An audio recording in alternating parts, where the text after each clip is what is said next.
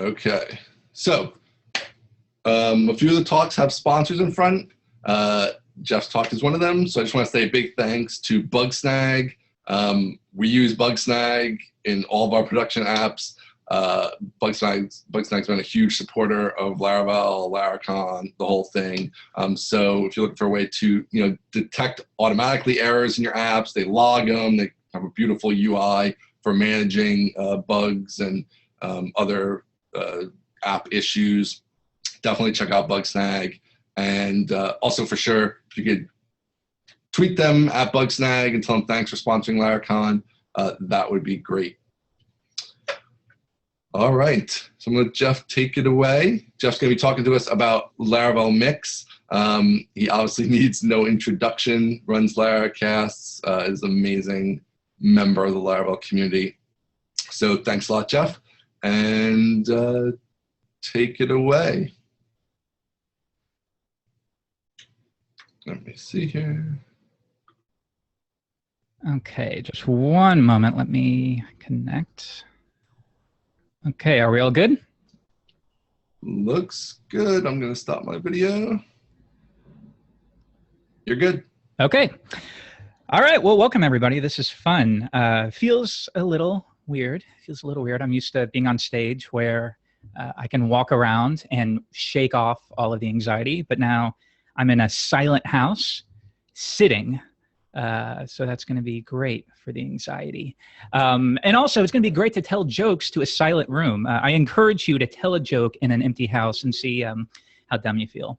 All right, we're going to be talking about Laravel and the front end. So maybe less Laravel on the PHP side and more some of the front end aspects, some of the tooling we use, some of the reasoning behind that, some of the gotchas. And then if we have time, some cool little ECMAScript 2015 tricks that you might not be familiar with. So as you may know, my name is Jeffrey. Here is where I live in Chattanooga, Tennessee. These two things are consuming way too much of my time lately. And of course, I run a business called Laracast.com. I really hope you've heard of it. I spend so much time trying to teach everyone as best as I can and share everything I've learned about PHP and web development and JavaScript and tooling and architecture, quote unquote. And if you're not familiar with it, if you sign up today, you get a free 5-minute hug. Okay, so these are some of the basic things that we'll be talking about. Once again, at the bottom, if we have time, I'm just not sure how long this is going to go, but if we have time, we'll talk a little bit about Vue, we'll talk a little bit about components. Let's just see how it goes. Okay, we're going to get started with Webpack, which people have mixed views on. I totally get that your first impression can sometimes be, whoo, JavaScript fatigue way too much. That's totally understandable. You might even think, I don't even know what it is. In fact, not that long ago, some friends and I were joking, like, we don't even really know what it is. Is it a runtime compiler? Is it a module bundler? What is it? Does it do Sass? Like, it seems to do everything. And as it turns out, that's not that far from the truth. You'll find that it can do many of the things that a browser traditionally would, like parsing your files, finding asset references. So that makes it quite different from something like Gulp. But nonetheless, yeah, totally. If you come across Webpack the first time, it feels like, whoa, this is nothing like 2003, where I just have 5 script tags at the bottom of my HTML. This is a totally different beast, and that's okay. And trust me, if you stick with it, you don't find many people who have used Webpack for a good period of time who hate it. Most people love it, but there's no denying the initial learning curve, especially with Webpack 1. With Webpack 2, they've made the documentation like 100 times better. But with Webpack 1, the documentation was a little rough, and you would come across some of these loaders that we'll talk about. Loaders are like tasks. We'll talk about it later. But you would come across these and like a CSS loader, and you would think, I don't even really know what this does. I just have to reference it. Most of that has been fixed now. Nonetheless, totally understandable if you don't quite get it at the beginning. But yeah, Gulp, Webpack, some of you might be confused. Like, why would I use Webpack versus Gulp? The reality is, yes, they both have the capability of building your assets, but they do it in fundamentally different ways. So Gulp is a task runner. Webpack is not. So Gulp If you think about it, you create a file and you have a bunch of tasks, and you're going to have one task that compiles your Sass, and that's it. That process knows nothing about the rest of your application, and it knows nothing about your assets or your dependencies. It just knows how to convert, if you're using Sass, it knows how to convert Sass to CSS, and that's it. And then you'll have another task that has its own area of responsibility, and that's it. With Webpack, though, it's fundamentally different. You have a single entry point into your application, and Webpack then inspects it and builds up a sort of dependency graph of every single thing. And this isn't just your JavaScript. This is your CSS. These are your assets. Webpack will know about your images if you require them. So it's a fundamentally different thing that gives it the ability to optimize, tree shake, lots of stuff that we'll talk about. Also, it's not just for JavaScript. With Webpack, you could require CSS into a JavaScript file. Why would you do that? We'll talk about it all. Here's the Webpack 2 website. Like I said, Webpack 2 was in beta for quite a while, and as I understand it, a lot of that was because they really wanted to flesh out the website, and they really wanted to make the documentation an order of magnitude better than it was with Webpack 1, and they did a great job. Here's some of the basic things you can do with Webpack. You can compile ECMAScript 2015. You want to use classes. You want to use short functions. You want to use enhanced object literals. You want to use tree shaking, maybe. If you're not familiar with tree shaking, I like to think of that literally as shaking a tree. So imagine that the tree represents a JavaScript library, like Lodash. Well, what you can do, what Webpack can do, is shake that library and get rid of all of the unused code. Because if you think about it with maybe gulp, or even just traditional script concatenation, if you want to use a few methods from Lodash, you pull in that library, you concatenate everything together, but now you're paying the full cost of that entire library. In the past, we just dealt with it. You know, it was the cost of doing business. But with Webpack, if you're only using 3 methods from the Lodash library, you can shake that tree and get rid of everything that you're not using, and this will create a smaller file size. So that's a big win. There's also code splitting, where you can split out your CSS or vendor libraries for long-term caching. You can do on-demand lazy loading. You can use preprocessors and minification and linting, tons of stuff. Chances are, if it's a feature or functionality you need, Webpack can do it for you. Okay, now one of the first things is Webpack can feel intimidating at first, but it's really not. You just got to understand a few basics. So let me give you an example here. The simplest possible example. We're going to install Webpack. And of course, I'm using Webpack 2 for every single slide here, okay? Not Webpack 1. The syntax was slightly different, mostly the same, but a few differences. So Webpack 2. We're going to install Webpack through npm. And then we have a new Webpack executable. This will be in your node modules /bin directory. So we can call Webpack. We give it 2 arguments here. We give it an entry point, and then we give it an output. So source/main.js, we're calling our entry. And again, this is different to the past when you would just have a bunch of script tags at the bottom, and you, the one developer, just knew the correct order. Like, well, this script depends upon that global. So I need to put the global script like jQuery or something before it. And you just have to figure out the correct order, and then everything miraculously works together. Not with Webpack. You're going to have a single entry point into your application where you specify your dependencies. And then once again, Webpack filters through and builds up a dependency graph. Okay, so we specify our entry. And then once that gets all bundled up, we find all the modules, we require everything, all the images, all the CSS, that gets bundled up into a single file. And this works. This is all you need to do to compile Webpack, at least at first. I'll tell you, nobody probably does this, but it in fact works for small little projects. Now, another quick note about NPM. You can really use NPM for everything these days. Not PHP packages. You're going to use Composer for that. But when it comes to Node, yes, you can pull in Webpack, but you can also pull in Bulma. You can also pull in jQuery. So personally, I don't see a huge benefit to using maybe something like Bower, a little more traditional. I use NPM for every single dependency, including Vue or jQuery, everything. Okay, and we're done. You've compiled the code. We're not done with the with the presentation. That would be a terrible presentation. No, we're done with that single compile. That's all you have to do. Literally 2 lines of code will bundle up your assets. But yeah, here's what you'll end up with. You have source/main.js. You run the command, and that creates a dist folder. So cool. Very, very cool. Not as complicated as we were originally told. But let's move on. So one thing, though, is a lot of us work on multiple projects. And if you come back to this project 5 minutes later, if you come back to it 5 months later, you may forget, well, what is the entry point? What is the output? It's different for every project sometimes. So let's put that within our package.json file. You'll see a script section within that file. And if you're using Laravel, you'll see this with a fresh install of Laravel. So just open that up. So an npm script is very simple. It's just a key value pair. You associate a key with the command that you want to run. So in this case, I want an npm script called dev, and that will defer to our Webpack command here. So now, from the console, I can just say npm run dev, and I don't have to be concerned with what's happening here. I just know I'm going to build up my assets. Very, very cool. You could do this for everything from your production builds, your development builds, hot reloading, for watching files for changes. All of that would be a good place for an npm script. But now, in real life, you're probably going to want a configuration file. So this might look a little more familiar to you if you have like a smattering of experience with Webpack. So if you create a webpack.config.js file within your project root, Webpack will know to automatically check for it, just like PHP unit will check for a phpunit.xml file. If it exists, Webpack's going to load this, and the module that you export here, the simple object, is what Webpack will use to configure the build.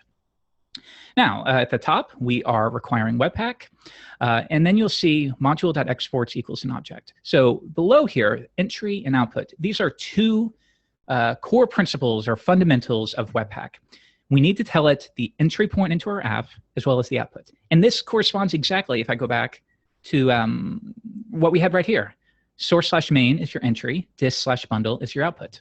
We're just translating that over to, let's go back, over to our Webpack config. But now with output, we're going to give it an object here. And we're going to give it two properties. The path will be, Webpack traditionally wants an absolute path to the output, and then we'll give it a file name. So this is exactly the equivalent. For path.resolve, if you're not familiar with that, we are resolving the path to an absolute path to the dist directory, and then our file name is bundle. Cool. It's the equivalent of what we had before. So now we are bundling up our JavaScript. You can use modules. We'll talk about all of that. And you can use CommonJS modules. You can use AMD. You can use ECMAScript 2015 modules. Webpack just knows how to handle all of those, which is really great. But now we all write CSS, right? And it would be nice to introduce that into our Webpack build. So with Webpack, by default, it's going to assume that everything's JavaScript. So if we want to use CSS, we kind of have to teach it. We have to describe to Webpack what to do about CSS files. So imagine main.js, and you're going to require your CSS. And you can imagine doing this in lots of situations. For example, you have a module that depends upon a small bit of CSS, so you require that directly into the module. You can even lazy load these things to split up your file size and to make performance generally better. But nonetheless, regular JavaScript requires a CSS file. What's going to go on there? So this might be our CSS, just the simplest possible CSS file you can create. Okay. We're going to compile that down. Oh, it fails. And immediately everyone gets pissed off because it doesn't work. No, you got to teach Webpack how it works. So in this case, take a look at that red error message, unexpected token. You may need an appropriate loader to handle this file type. Webpack's doing its best to help you, but in this case, you required CSS, and like we said, Webpack assumes everything's JavaScript, so it runs into a CSS selector, and it's like, what the hell is this? Sorry, I don't know what to do. Maybe you need a loader for this because I have no idea how to handle this file type. So it's exactly what you would expect. So once again, by default, this is like a core principle, is why I keep saying it. Webpack is going to assume everything you require is JavaScript unless you teach it otherwise. And we teach it otherwise by using loaders. So a loader is the third core principle or pillar of Webpack. It can teach Webpack how to transform any file whatsoever, whether it's ECMAScript 2015 or CoffeeScript or Sass or Less or Stylus or anything and everything in between. So you can, if you're switching over from Gulp, you can sort of think of them like tasks, like Gulp tasks. It's not a perfect translation, but it'll do the job. So for example, if you want to do any of these things, like I want to load CSS files, or I want to compile, I'd like to use Babel to compile down ECMAScript 2015 or 2017, or I love using view components. Well, all of these could be allowed for by using Webpack loaders. So let's take a look at this. Here's our Webpack configuration file. You're already familiar with entry and output, so you can ignore that for the rest of the presentation. But we have this new section for a module, and then we have a list of rules. So that very first rule where we have test CSS, use CSS loader. Okay, so what's going on here? So we are telling Webpack how to intercept a certain file type and what kind of processing to do. So here we're saying anytime you are requiring or loading a CSS file, and we represent that through a regular expression. So we're saying, look for any file name that ends in .css. If you're not familiar with regular expressions, the $ at the end means the end. So the end of the file, as long as it ends in .css, well, the user is trying to require CSS. So we need a middleman. We need some kind of processing layer that will, it'll do a number of things, but it'll, most importantly, translate that CSS into a common JS module that Webpack can require and work with. So we do that through a loader called CSS loader. And as it turns out, CSS loader does a number of things that we'll talk about. So for any loader, you pull it in through NPM, and you're going to find this for everything. So for any task you want to do, like I want to use Sass. When you're first getting started with Webpack, excuse me, when you're first getting started with Webpack, just Google Webpack space Sass, and then you're going to come across a Sass loader, and then you go through the documentation. So it's very, very simple stuff once you understand how these things work. So the CSS loader, excuse me, it'll read any style sheet, but also it's going to do something that can confuse a lot of people at first. And we're going to talk about that a little bit later. But it will optimize and resolve any of your import or URL fields. So what does that mean? Just stick around. But I bet you've fallen into this trap if you've used Webpack or Laravel Mix before. Definitely one of the confusing parts of Webpack.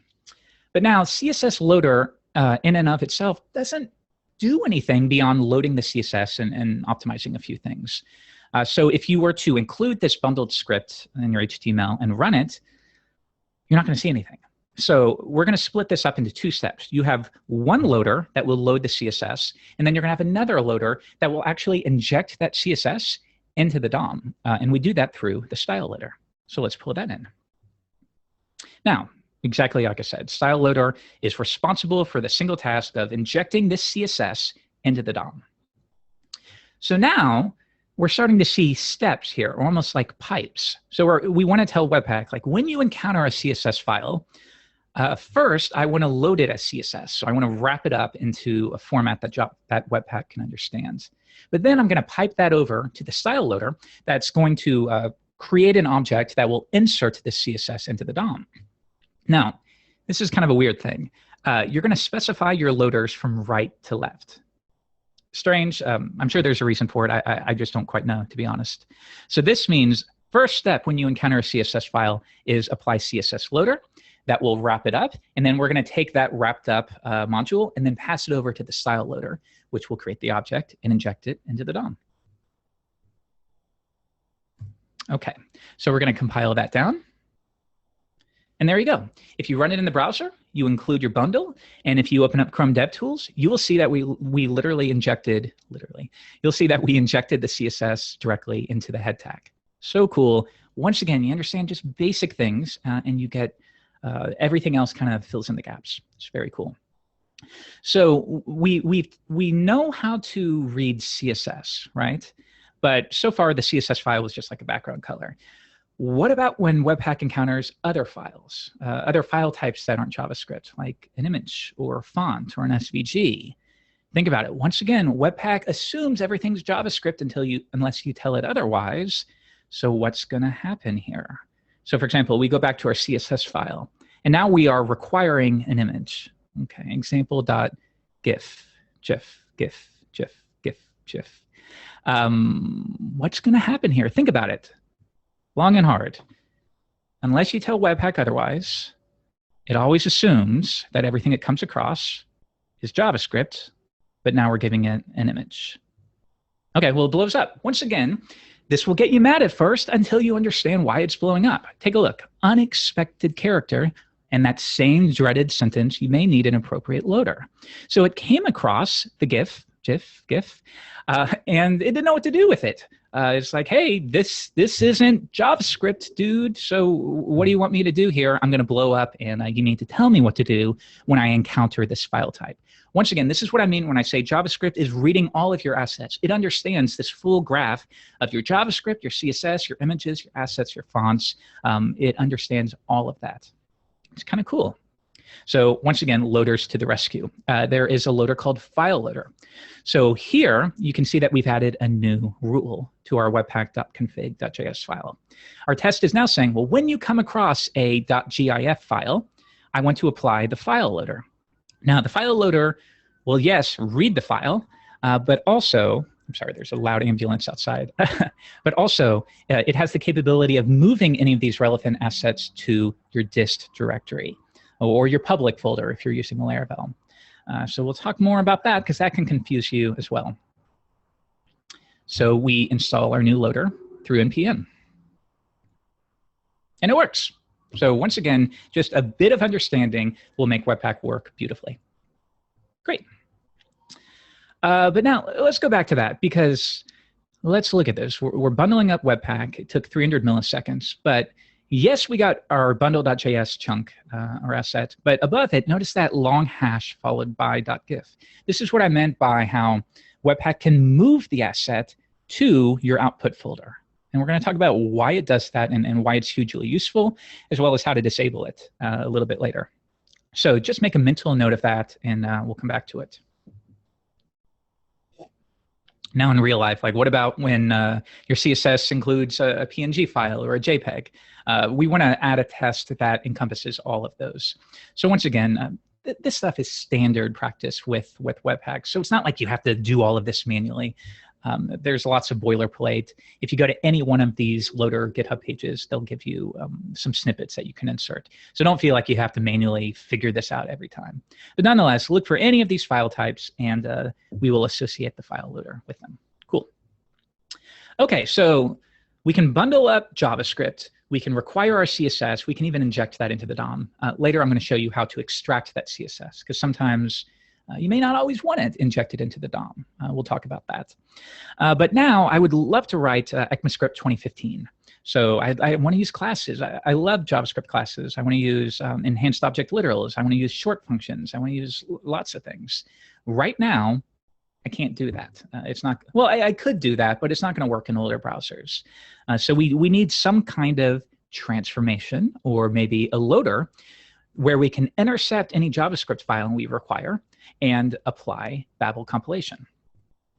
Okay, well, like I said, if you're probably familiar with Babel, but if you're not, yeah, it's a tool that can transform the latest and greatest from ECMAScript 2015, 2016, 2017. It can translate that to vanilla JavaScript. So in this slide, you can see we're pulling in some Babel essentials like Babel core and a ECMAScript 2015 Babel preset. I will tell you right now, real quick on that, I believe the new recommended install is Babel preset-env. I think there might be issues with using uglification on that, but nonetheless, that would be the recommended approach over ECMAScript 2015 preset at this point. So just keep that in mind. And then, of course, we want to use Babel with Webpack, so you're probably going to want a Babel-loader. Okay, lots of stuff to figure out, so keep filing this away. I don't expect you to memorize all of it. It's mostly to appreciate some of the things you have to do with Webpack and also appreciate what Laravel Mix will do for you out of the box. So we're going to add a new rule here. This time, once again, with Webpack, we intercept any required file. So we're saying, when you require a JavaScript file, I want to apply Babel compilation immediately. Now, in this case, we have a new property, though, exclude. So if your Webpack entry point is pulling in packages from your node modules directory, well, we don't care about anything in the node modules. We're going to assume that those have already been optimized for us.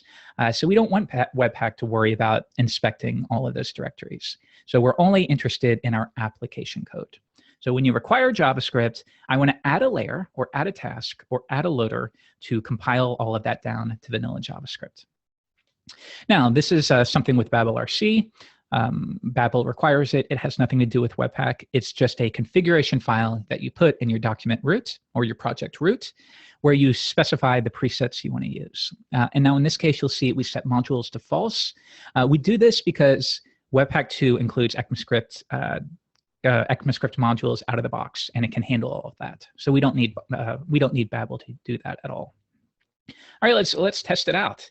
So here's a ECMAScript 2015 class. JavaScript developers everywhere seem to hate on this. Don't care. Love them. Love them. So we're going to have a class called form or something. And within the constructor, damn it, Jeff, constructor, God, we assign the element. So we're going to compile that down. And when we're done, this is actually what Babel is going to do. It's going to transform that into, once again, a vanilla function here that creates the same thing, essentially. But any browser can understand it. So cool. I mean, once again, Webpack, we figured out some basic steps, and now we can do everything with a minimal amount of configuration. Success. Okay, so this is looking good. We're requiring JavaScript. We're using modules. We're writing in ECMAScript 2015. But we know that for production, we want to minify this JavaScript, because if you minify it, you create a smaller file size, and that becomes easier to load. Faster to load. Good. So how do we do that? Well, we're going to do plugins. And I would say this is the fourth core principle of Webpack. We had the entry, we had the output, we had loaders. Plugins are, as they would put it, plugins are for every other thing that you would need to do in Webpack. And a cool little tip, Webpack itself, like if you go into the underlying code base, uses plugins everywhere. It's composed of plugins, the exact same plugins that you will use, the exact same plugins that you can write yourself if you need to. So maybe there's sort of like service providers in Laravel. Maybe not. Yeah, maybe. Let's go with it. But anyways, let's review this. So in our Webpack configuration file, we have a new plugins array. So we're exporting a plugin array. And you'll see that this Uglify.js plugin is included by default with Webpack. So we just instantiate it. And like I said, a plugin is very simple. If you were to look at this behind the scenes, a plugin is just a simple constructor function that has an apply method. And that apply method will accept Webpack's compiler. And from there, you can hook into any lifecycle events that you want. So like you could create a plugin that says, listen for when blah, blah, blah happens, and then I want to log something to the console. Or listen for if the user enters this bit of code that doesn't match our coding standard. And if so, I want to fail. These are the sorts of things you can do with plugins. Very, very flexible. They can do anything and everything. Okay, so now we're telling Webpack that we want to uglify our JavaScript, minify it, optimize it. You can set it up so like when I compiled this for production, I want to remove any console.logs that are lingering. I want to remove any warnings that might be there. I want to remove any alerts that I forgot to remove. So Uglify can do all of that for us. Okay, so that all works. And if we were to compile that down, I don't have a slide for it, but if you were to compile that down, you would see a minified JavaScript file. But now we're starting to see that we have like this different idea of environments. You have your development environment and then production environment. For development, we don't want to minify our code. And in fact, minification and uglification is kind of a lengthy process. So ideally, we do that only for production. Okay. So how do we do that? We just check for it. So with Node, we can say, look on line 3 at the top. I saved that to a variable. Process.environment. So check to see if there is a node environment param. And if that is set to production, we're going to assume that we are in a production environment. So now go to the bottom of the slide. You know everything about that at this point. At the bottom, if we are in production, only on that case do I want to add this Uglify.js plugin. And that's it. So now for your development, you won't get minification, but for production, you will. And also, actually, from the command line, you can do webpack-p, and that will do the same thing here. I'm just showing you the long form. So here's how we might run it from, at least on the Mac. We can say node environment equals production, and then trigger Webpack. You can also pull in a cross-env package that allows things like this to work everywhere. We can talk about that in Slack if you want. Great, that part's done entirely. So CSS, modules, ECMAScript 2015 compilation, everything's feeling good, minification. but we want to write Sass. Okay, so let's go back to our CSS. So we Google Sass Webpack, and we come across a Sass loader. And they tell us, okay, well, you need Node Sass, which actually performs the transformation of Sass to CSS. But then you also need the Sass loader that describes the Webpack what to do or how to process Sass files. So we add a rule for it. Basic stuff now. We understand all of this. So our test is any file that ends in either SASS for the indented version of Sass with no brackets, no semicolons, or .scss. So the AC in there, again, if you're not familiar with regular expressions, that's a character class. So we're saying look for an S followed by an A or a C, either works, followed by SS. And then we're going to apply 3 loaders. And once again, we go from right to left. So when Webpack encounters a Sass require, well, first, we're going to trigger Sass loader, and that's going to transform the Sass to the CSS, that's going to transform Sass to CSS. That then passes it off to CSS loader. CSS loader now just accepts CSS exactly as if you required a CSS file, not a Sass file.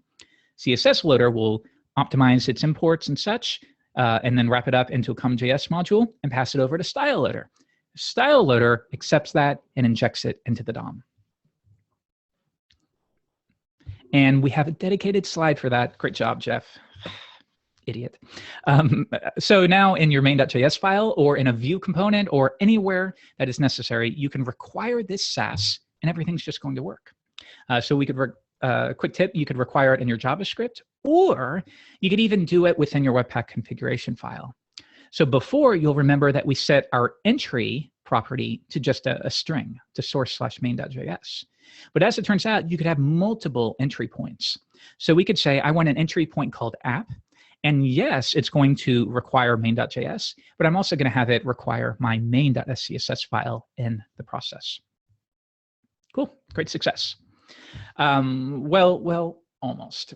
Like I said, this is going to work for a certain type of project, but imagine a project where you have enormous amounts of CSS. You probably don't want to inject that into the DOM, right? You've probably been thinking that this whole presentation, like, well, Jeff, I don't want to inject 2,000 lines of CSS into the DOM for every page request. Instead, it would be ideal if we can just extract a dedicated style sheet. We can cache that as long as we can, and we're good. Okay, we're going to do that. To do that, there's an extract text Webpack plugin.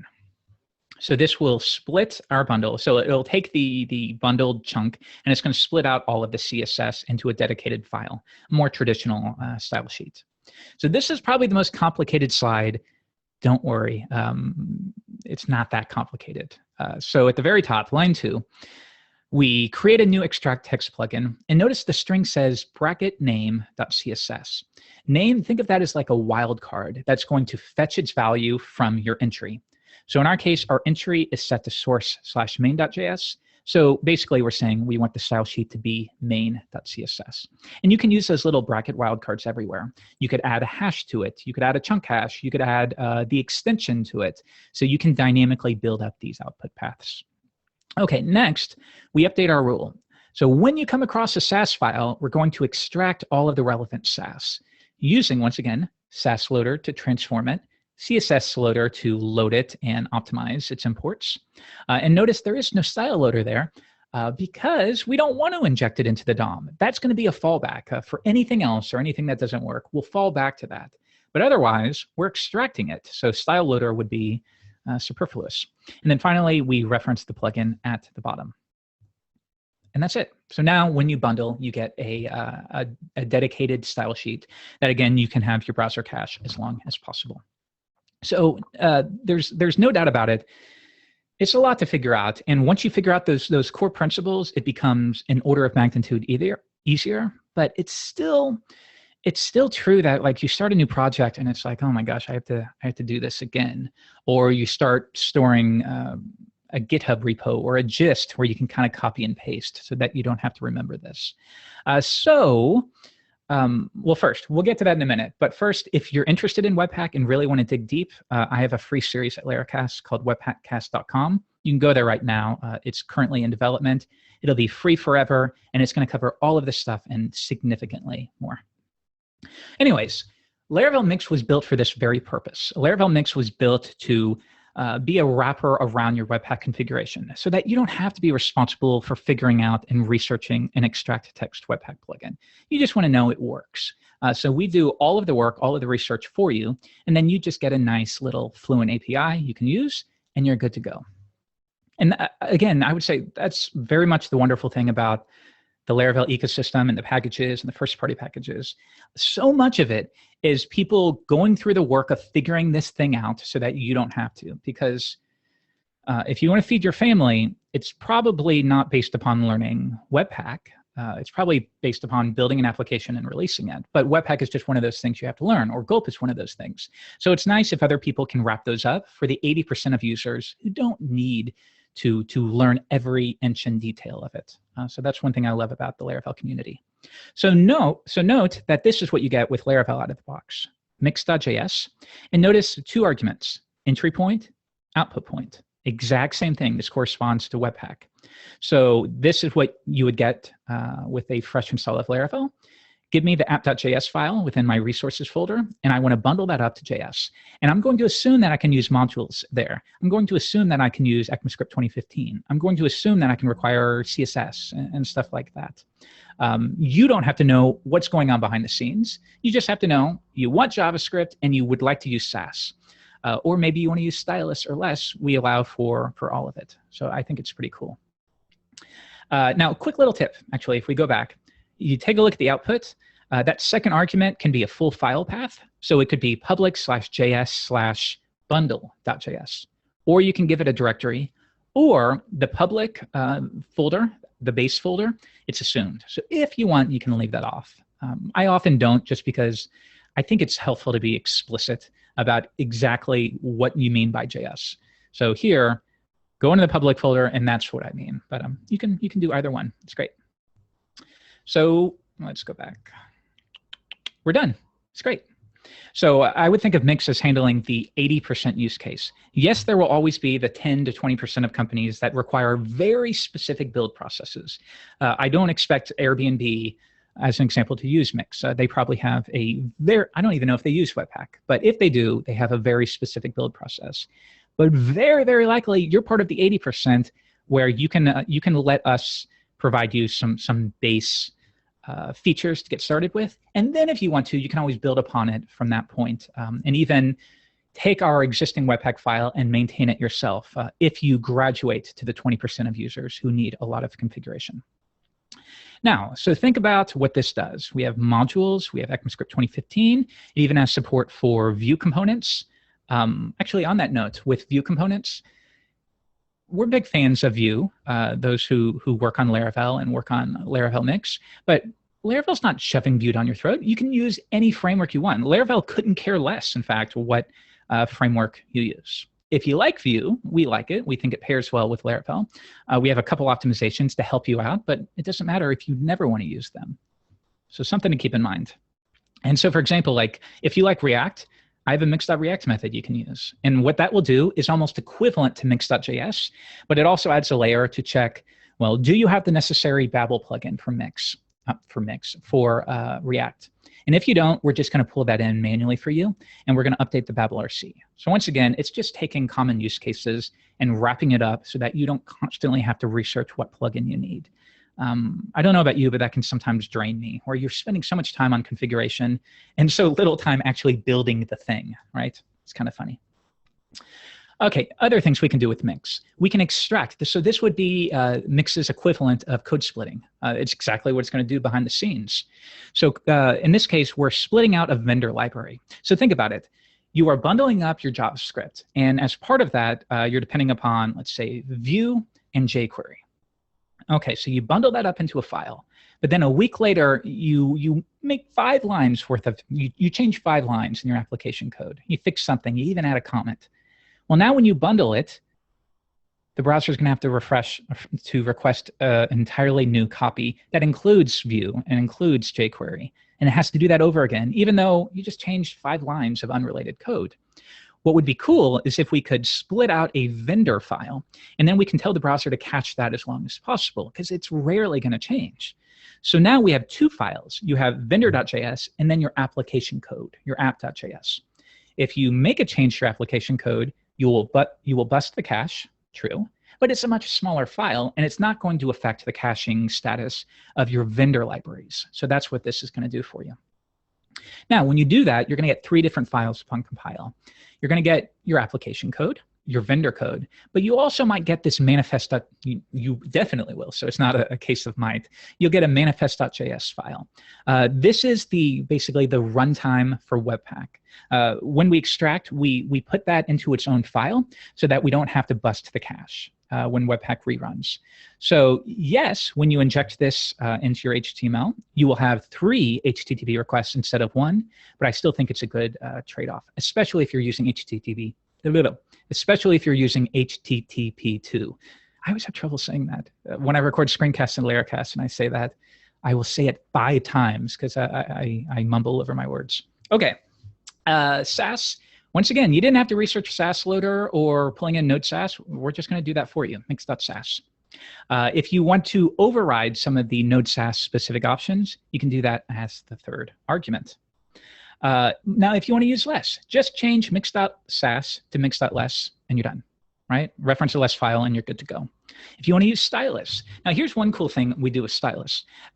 Natively, we support Sass and less, but one thing with a tool like this is everyone wants you to support their preprocessor of choice. So you get these requests that are like, I want to use stylus or I want to use TypeScript, add support for that. And every time you add support for that, it builds up the package.json file and it builds up the dependencies and it takes longer to install. So with some things like mix.stylus, the very first time you call it, we're going to check to see, well, do we have a stylus loader? Is that all set up to go? And if not, on demand, we're going to require that, or we're going to install that in for you. So you'll get something that says when you run Webpack, like loading file, this will only take a minute. And that will only happen the very first time while we pull in any dependencies you need. And I think that's a good way to go. That way, people who don't use stylus don't have to pay the install cost to pull in all of stylus's dependencies. Mix.version. So if you want to bundle up your assets and create a hashed file, mix.version will do that for you automatically. You don't even have to give it an argument. So for example, before, your bundled CSS file might be app.css.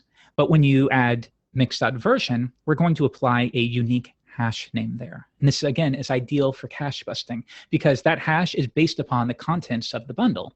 So when you change a particular selector, well, that's going to create a new hash. And then when you bundle it up, it will remove the old hash file and create a new one. And then when you push that up to production, well, the browser sees a new file and it busts the cache. That's exactly how this all works. Now, there is this concept. This can be one confusing thing with Mix. There is your core Webpack bundle, and then we offer a couple of things that are outside of Webpack. So if you want to manually version a file that has nothing to do with Webpack, it's not a dependency that Webpack ever sees. If you want to do that, you can pass an array here. So now, yes, it's going to version your Webpack assets, but it's also going to version this file.js. And what it will do, it'll just create a file right alongside it that has the hashed version. Now, within your browser, well, think about it. Let's go back real quick. I want to reference that hashed file, but I don't know what the hash is going to be. And I can hard code it, but then as soon as I change its contents and I recompile, the hash is going to change, right? So we can't rely on hard coding it. So Laravel provides a mix function out of the box. With this, you give it the original file path, you would assume, that doesn't include the hash. So what Laravel is going to do behind the scenes when you call that mix function is it's just a lookup table. It's going to see the argument you pass to it, like /js/app.js. And it's going to say, okay, here is the hashed version of that file that's associated with it. So that is the exact string I'm going to return, and that will be inserted into your script source or your link href. Now, other things you can do. I need to go, 41 minutes. I got to go a little bit quicker.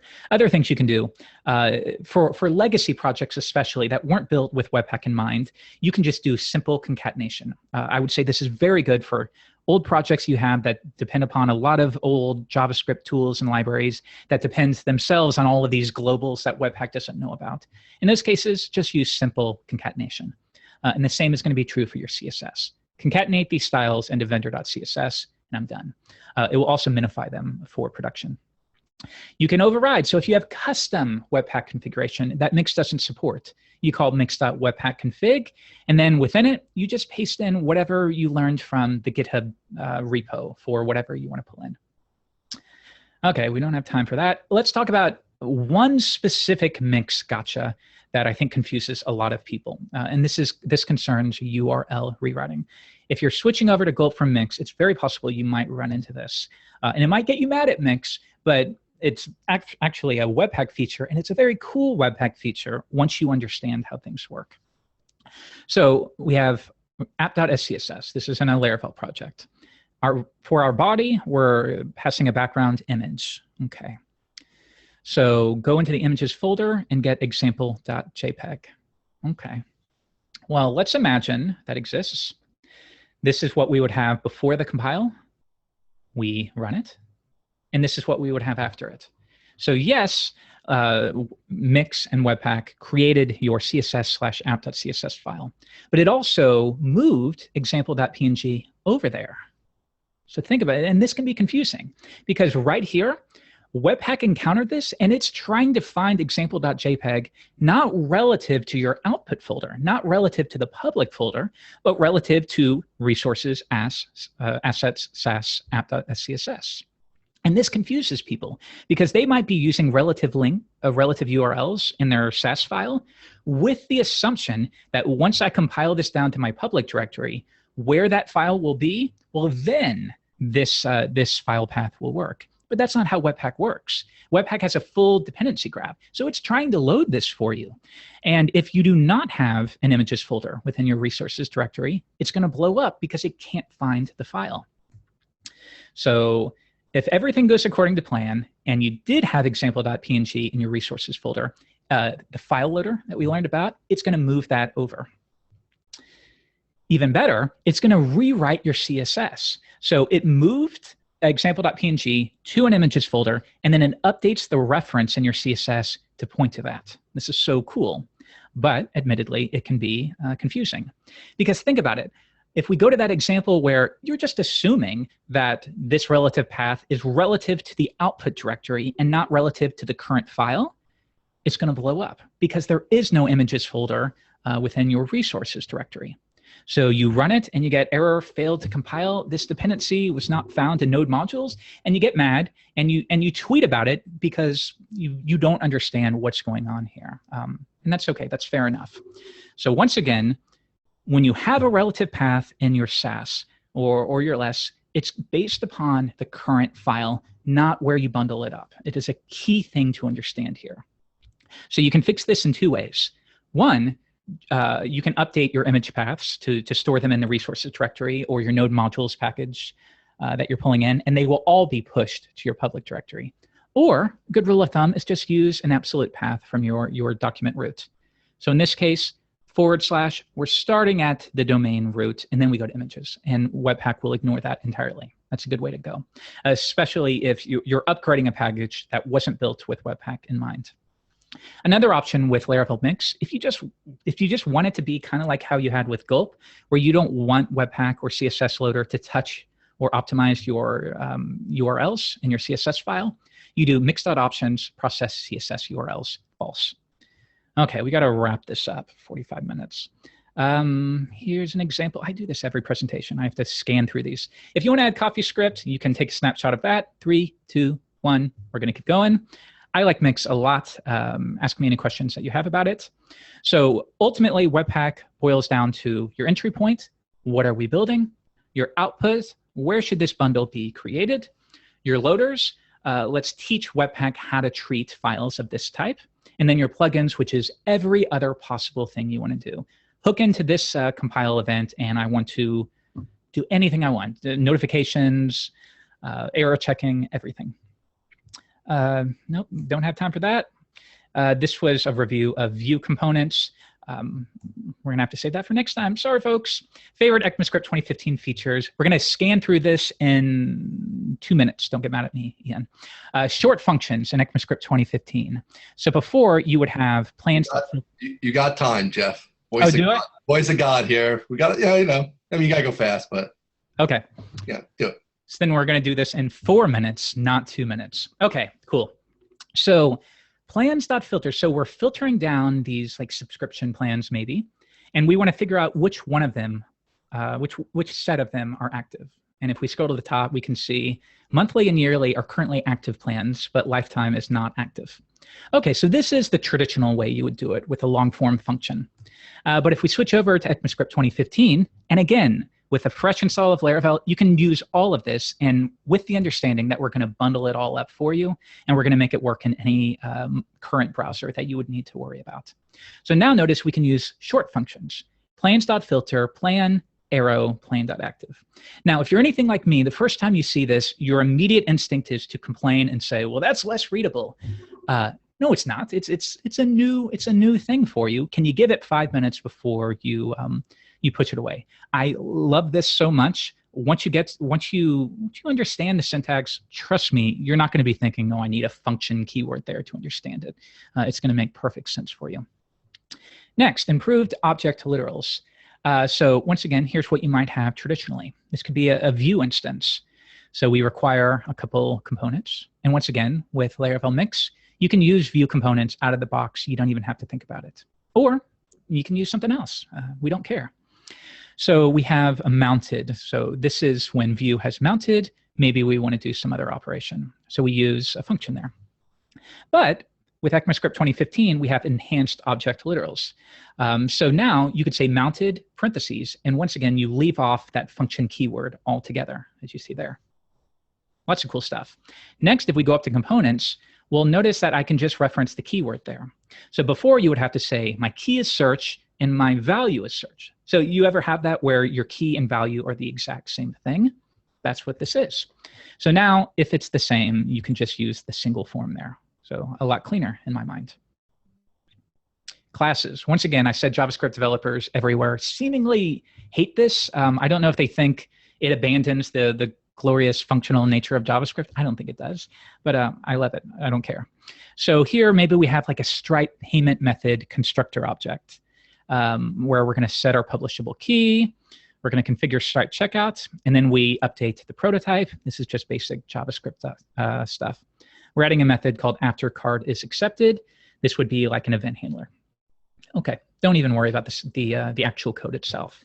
But in ECMAScript 2015, this is going to feel a lot more familiar to you, especially coming from PHP or Ruby. You create a class, you have a constructor, and then a method. And you don't have to even be concerned with what prototype is.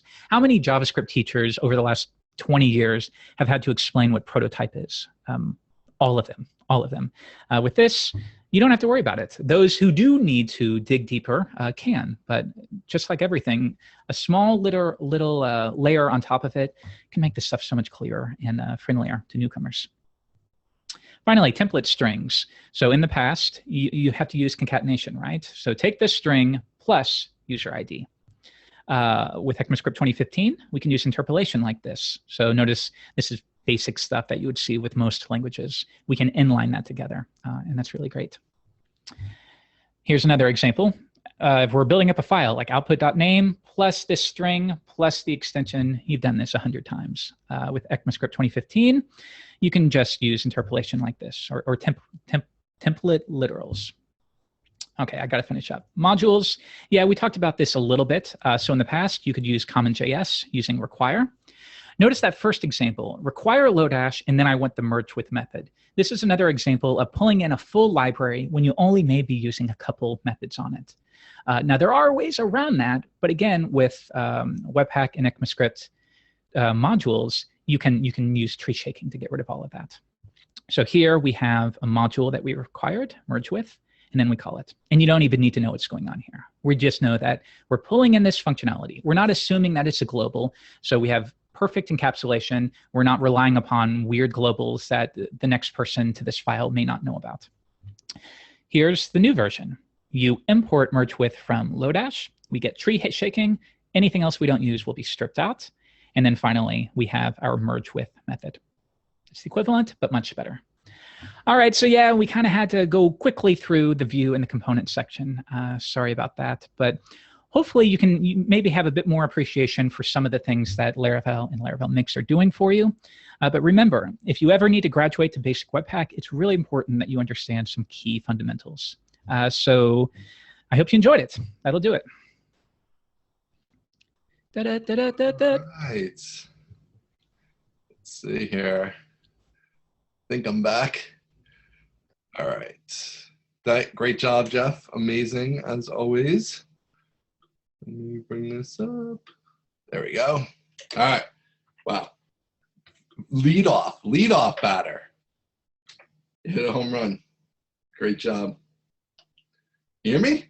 Can you hear me? Sorry, I hit mute by accident. Sorry about that. Can you hear me now? Yeah, better. Thank you. So great job. Let's kick this off with a bang. Everybody's really excited in the chat room. And just fantastic. You really hit your stride there. I know beginning it's a little nervous, no crowd, but it was great. Thanks. So with another interesting thing about this online conference, right, is so people are asking questions, and normally in a regular conference, like everybody has a question and they ask the speaker, but everybody's asking questions as you talk, and the really smart Laravel community is answering the questions as you talk. That is cool. That's really awesome. There still are a few in there, so I definitely want you to check those out, but I'm going to make an executive decision, not ask you any of those questions. I have my own question. Cheater. Okay.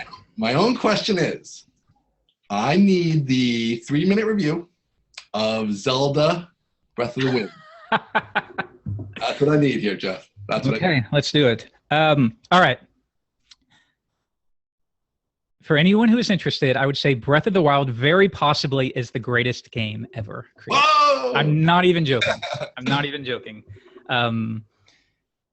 This is not a fanboy. This isn't a Nintendo fanboy talking. Everyone seems to be in agreement at this point. It is like unbelievably magical. I don't want to be the guy saying it's magical. It is like a crazy magical game. When you start playing it, the sheer size of it is something you are completely unprepared for. It's like the biggest game you'll ever experience, but it feels like every piece of it was kind of nurtured. Whereas some other huge open world games like that, they kind of feel copy and pasted, like they just took this environment and they put it over there and it feels identical. Right. With Zelda, it's not that way. So it is probably the best game I've ever played. Wow. It's unbelievably good. I would recommend everyone get it. If you can get it on the Switch, I would recommend that, just because playing on the handheld is so cool. I think they hit that one out of the park, but definitely play it if you're interested. So you like the Switch also then? So the Switch is a buy. I do. Yeah, I'm kind of surprised how good it is, in fact. A lot of the complaints are that it doesn't have too many games at launch, but yeah. One thing I was saying is like it has possibly the greatest game ever made. So you're going to spend all your time with that, and then lots of stuff will come throughout the year. And isn't that the way Nintendo always is? Like there's a couple games you play for Nintendo for. You know what I mean? And then like if you're going to play, right, like you go play Madden on whatever, like that's not what your Nintendo's for. Yeah, exactly. But yeah, I would say it's a buy if you can afford it. Awesome. Well, thanks a lot, Jeff. That was amazing. We even snuck in a review there. So enjoy the rest of the conference. And I'm going to take over. Thanks, Jeff. Okay. So let's see. I'm going to bring in Evan. Uh-oh, I need to find Evan. Let's see. Evan, if you're out there. Hold on 1 second.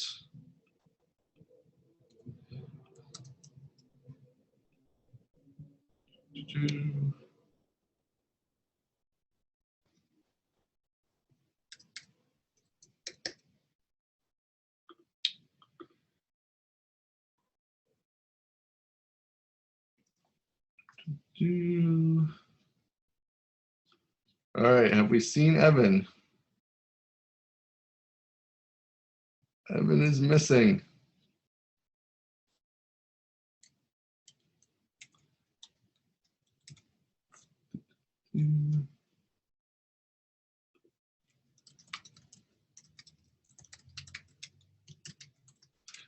This is exciting watching me type on another computer. I know, very exciting.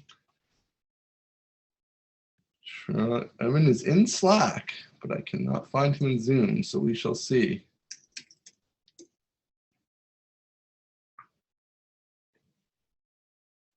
He does still have 3 minutes technically, but this will be a chance for everybody to get up, stretch, do some yoga. We can have Jeff go for another hour. That's on the table. He's got more stuff to cover. I'm sure he'd love that.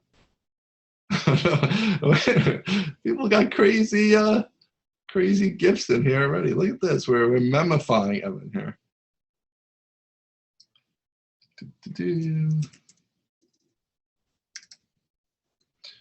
All right.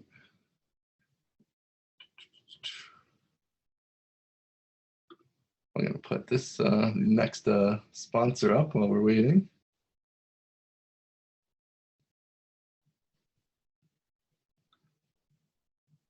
Evan is, well, this is also giving me a chance to intro Evan a little bit. I'm sure he'll be in here in a second. Evan is joining us from Shanghai, so he is on the other side of the earth. If there's any video internet issue, he might have to drop his video portion of the feed. We shall see. I might also jump in if he needs to repeat anything, like if he drops out or anything like that.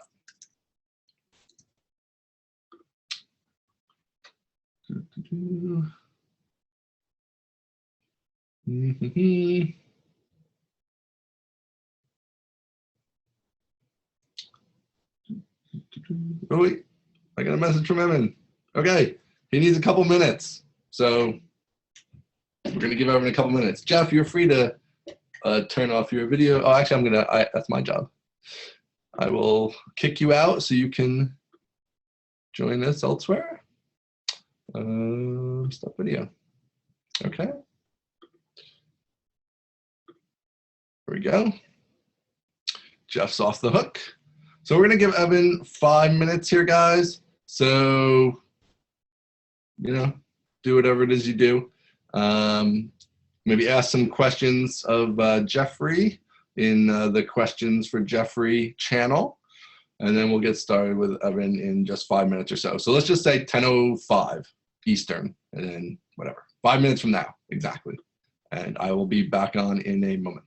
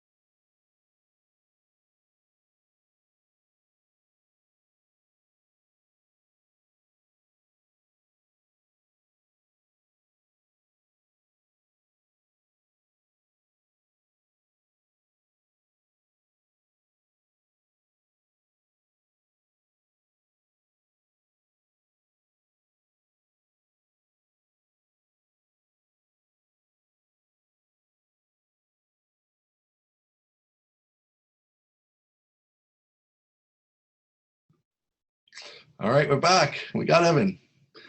Bringing him in now.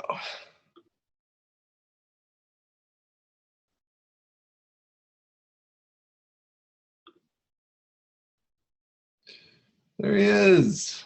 Hello, sir. Hello. All right.